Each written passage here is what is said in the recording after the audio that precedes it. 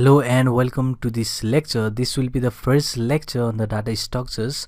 So in this lecture we are going to cover about the list, the most used data structure in the Python.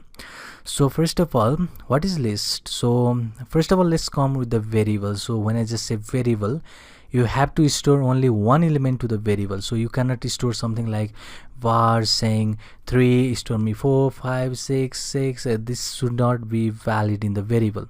You can store only one data item to the variable, but if you want to store multiple items to the same variable, it is to be done with the data structures. It can be the dictionary, it can be the list, it can be the tuple. So let's see about the list in this lecture. So let me just say my list, and I'll say this empty square brackets. So when I just save this, and if you want to print, it will just print you the my list, and it is your empty list. So let me just press F5 to show you over here. And if I say my list and just assign as empty square bracket over there, then you'll see that you'll just have the my list as empty. So you are just creating here the empty list. So let's assign some of the integers over here. So I'll just say my list, and let's see 1 2 3. So now you can see we have assigned multiple data item to the same variable name, which is basically the data structures, which is the list. So we have created the list of numbers from 1 to 3. You can also make a list with the mixed data types. So we have learned from the previous couple of lectures, we have the couple of types, the basic fundamental data types in a Python. That is, first is integer, obviously the one integer, and next one is decimal, and the next one is string, and next one is your boolean. So let's close this first, and after this let's add the boolean, and it is also valid. If you just print your list, you'll see this is going to create us a simple list containing all of the mixed data types over here, having an integer, float, string, and the boolean. So we have created the list over here, the first list, which is going to get all of the data items stored in it. So you can also have the nested list. So let me just take example, my list, and let me say it is going to have hey first, and after that the another list, after that the more another list, okay, after that the another list again. So you can see we have created a list which contains the nested list, which have more than one list. So it have one list over here, then another list over here. So this is the nested list. So let's see how we can access the element from the list. You can see we have created our list over here, which is the mixed list, and over here we have created our my list. So let me just copy this and paste it here, and now we have the my list containing a mixed data type. So let's access some of these items from this list. So in order to access the element, you have to go through the index. So what is index here? So index can be assigned with this square bracket again. So in the list, the first item is at index 0. So this is the position which we call 0. Next one will be 1, 2, and 3, incremented each time by 1. So if you just call this as 1, this should be 2, and this should be 3. And always remember, the list index start from 0, not the 1. This is not 1, it starts from O. So if I say my list O, then it is going to give us 1. And if I say my list, and this time 1, okay,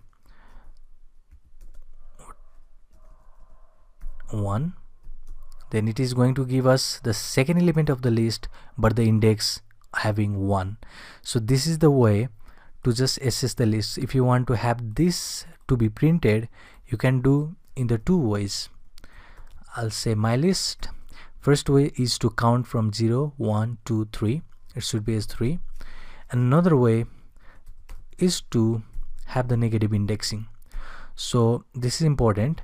Negative indexing is from the -1. If you want to print this true, it should be at -1, and you have to just decrement again. It should be -1, it should be -2, it should be -3 and -4. If I want this 1, it should be -4, which is called the negative indexing over here. So we have got 1, which is at the position of -4, which is our negative indexing. So next thing is to slice the list. Now slice is to get part of the list. We want to get the multiple element of a list as a slice. So same as the pizza slice, we want to get some part of the list. So in order to get some part of list, let me create big list for now. So instead of this list, let me just clear and open the new console, and now let me just create now big list over here. So this will contain the basically, okay, I'll just say 1 2 3, so the random elements over here. So let's close this list. We have created the list.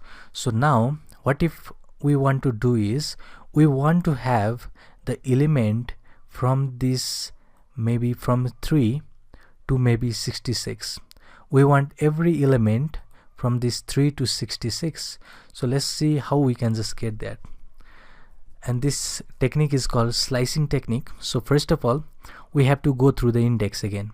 So 1 is at 0, 2 is at 1, and 3 is at position 2, but position 3, but index is 2.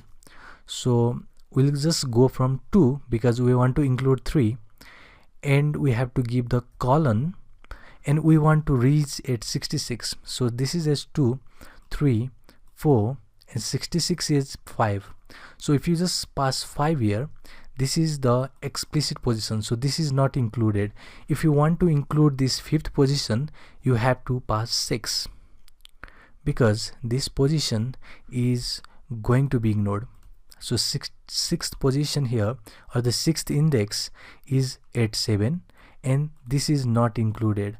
Only up to here is to be included. So if I hit enter, it will show us 3, 4, 5, 66. 7 is not included, though it has the index of 6, but this is the ignorable position, or this is not an included position. If you just pass my list and from 2 to 5 again, which is the position of 66 index, it will just give us 3, 4, 5, but not 66. This is the ignorable position. And now you can also do something from the beginning to maybe from here beginning to 5. If you want from beginning to 5, we can do something like leave the first position. If you leave first position, it will just defaultly start from the first index and just count from there. 0th, 1, 2, 3, 4. We want to 5. That means we have to include this 5th. And let's close this. So it is giving us 1, 2, 3, 4, 5. So the next thing is the step position. So let's see the step position. So I'll just say my list, and the first one is default. Let's say second one is also default. If you pass third one, so this third one is basically this step. So step is the loop, or basically what is to be included. If I pass 2 over here, it is going to leave one step in each of the elements. So you can see, if you just pass 2 over here, this one was printed, but instead of printing 2, it has directly jumped to 3. It has left out 4, it has left out 66. So one step has been not included in the output list. If I say something like my list, again go from beginning. If you don't pass anything, it will go from beginning, and again if you don't pass anything over here, it will just go till the end. And if I say 3 over here, and if I print, now again it is going to remove the 2 element. So step has been 3 here. That means it is going to remove the 2 element from each of these part. So you can see 1472 has been printed, with this slicing technique. Now let's see some of the important methods of the list. So first of all, I'll make the odd element over here, 1 3 5 7. So now if we want to append or add another element, we can make use of this append method of the list, and I'll say the next would be 9. And now if I print odd, you would see now 1 3 5 7 9 has been appended to this odd list. So you can do similarly. Let me say if you want to add multiple elements, so in the case of append you can add only one element, but if you want to add multiple element, you can simply do extend 11 13 15. And now okay, what we have just done here was we have to extend with the list. So we have just made a small mistake over here, because this should be iterable. It has shown right over here and we haven't passed in the list. So I'll say 11 13 and again 15, close the list, close the method, and if you just print odd, now it has been extended. So 1 3 5 7 9 was the initial odd. Now 11 13 15 was added from this extend method of this Python list. So you can also do something like insert. Let's go back again, print this, and if I just say odd is 1 and 9,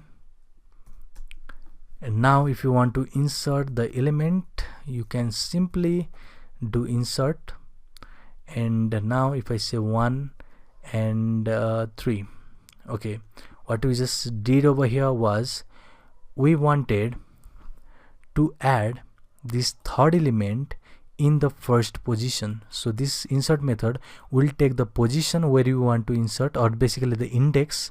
So index is basically the 1, that means we want to insert in the middle of the 1 and 9, because 1 is at 0th, 9 is at 1 position, but now in this position we want to add 3. So when I just insert this, print odd, you'll see 3 has been inserted now in middle of 1 and 9. So this is the way to just insert the element using this insert method. Next is to see our remove method, delete method. So let's see about that. So first of all, let's see our list. So let's create the new list, and I'll say 1 2. This is our list. So next thing is to just delete the list. So I'll say I want to delete some part of the list, some element of the list. You can do that by using this mylist and the slicing technique that we have studied. I want to just delete from 2 to 3. So if I do that, and if you say mylist again, you'll see that it has now 1 3 4 5 5, 2 and 3 has been deleted. So next thing you can also do is simply call delete, and if you say delete mylist, whole list will be deleted, and you will see this mylist is not defined because we have just deleted our mylist completely from here.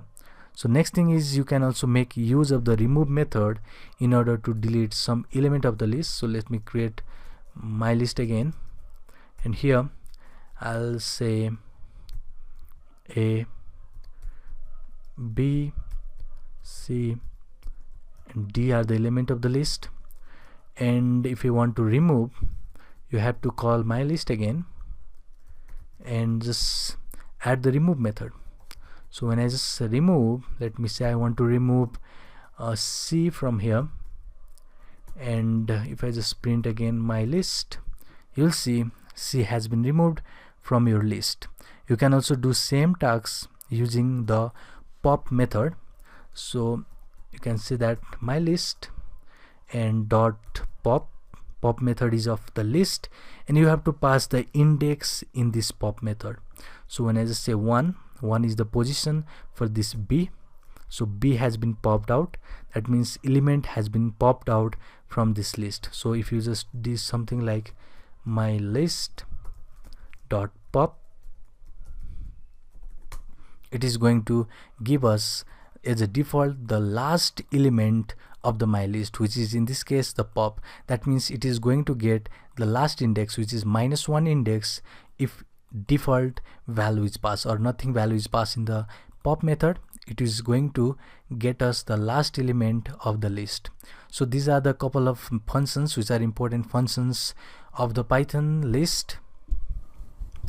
So we have couple of lectures to learn about the data structures in the upcoming lecture. We have seen bunch of the method like insert, like pop method, and remove, insert, append, every method which is important in the list. You can also take a look on this len method, which is going to give us the length of the list.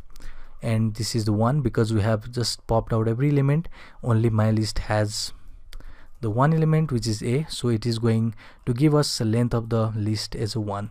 So these are the couple of functions we have learned in this lecture. In the next couple of lectures we'll also see about the more advanced data structure. See you in the next one.